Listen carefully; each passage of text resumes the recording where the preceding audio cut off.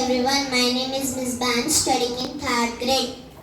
Good morning everyone, my name is Gurnandan. I am studying in third grade. Today we are going to tell some information of types of non-living things.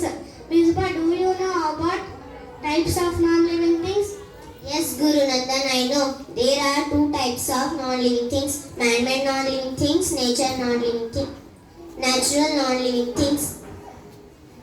Misbah, can you tell me about natural non-living things? Yes, Guru Nandan, natural non-living things which we can get from nature.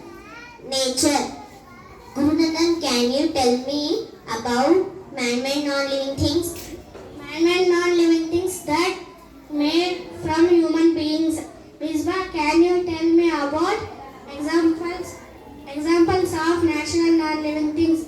Yes, Guru Nandan. Sun, moon, clouds, rock, stars, these are called as non-living things. Guru Nandan, can you tell me examples of man-made non-living things?